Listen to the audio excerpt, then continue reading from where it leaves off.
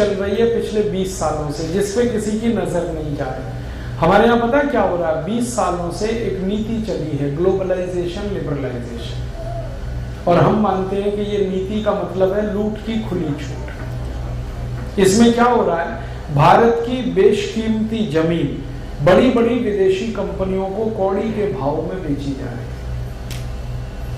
आपका पड़ोसी उड़ीसा है ना, उड़ीसा में एक पॉस्को नाम की कोरियन कंपनी को 55,000 एकड़ जमीन बेच दिया। माफ करना, 55,000 हेक्टेयर, एकड़ में, एक हेक्टेयर में 5 एकड़ होते हैं, 55,000 हेक्टेयर बेच दिया कौड़ी के भाव। और उस जमीन में इतना बड़ा खजाना छुपा है आयरन ओर का। आपको ये बात मालूम है कि उड़ीसा अकेले राज्य का कुल आयरन ओर पूरे एशिया के आयरन ओर का 1/3 है। पूरे एशिया खंड में जितना लोहे का अयस्क है उसका 1/3 अकेले उड़ीसा में है। पूरे भारत की बात नहीं कर रहा, खाली उड़ीसा।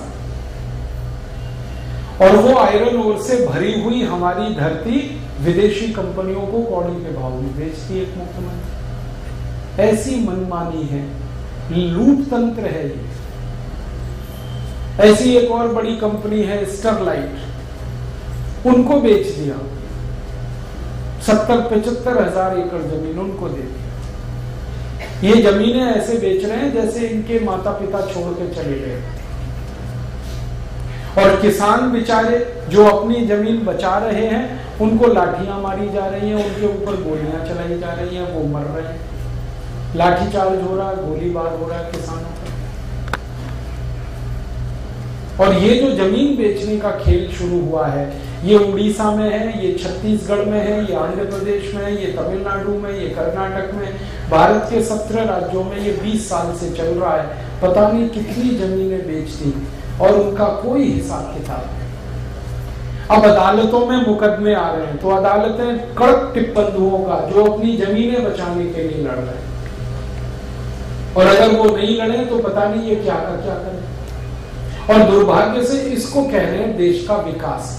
मेरे समझ में नहीं आता, उड़ीसा में कच्चा लोहा निकलता है, उससे हम स्टील बनाएं उड़ीसा में और उसको दुनिया भर में बेचें, ये अच्छा है, या अपने कच्चे लोहे को ही बेचें पूरी दुनिया में? और को कोई नहीं बेचता, सभी उससे फिनिश प्रोडक्ट बना के बेचते हैं।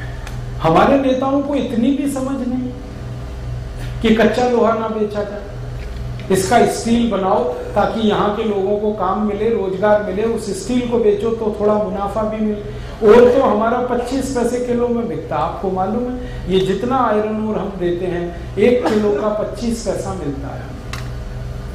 और फिर हमारी ही सरकारें क्या करती हैं, आयरन ओर चीन को बेच दिया, जापान को दे दिया, अमेरिका को दे दिया, फिर उनसे कहते हैं स्टील बना के हमें बेचो। तो भारत में स्टील आता है चीन से 50 रुपए किलो, हमारा कच्चा लोहा बेच दिया 25 पैसे किलो, और उसी से चीन ने स्टील बनाकर हमको बेचा 50 रुपए किलो। ये अभी हुए ना कॉमनवेल्थ खेल, इसमें बड़ा घोटाला हुआ। हमने आयरन ओर बेचा, चीन ने हमको स्टील बना के बेचा 50 रुपए किलो, और वो स्टील भारत में बनता है 12 रुपए किलो, जो हमने चीन से खरीदा 50 रुपए किलो, जापान से खरीदा 50 रुपए किलो। हम उसको खुद बनाएं।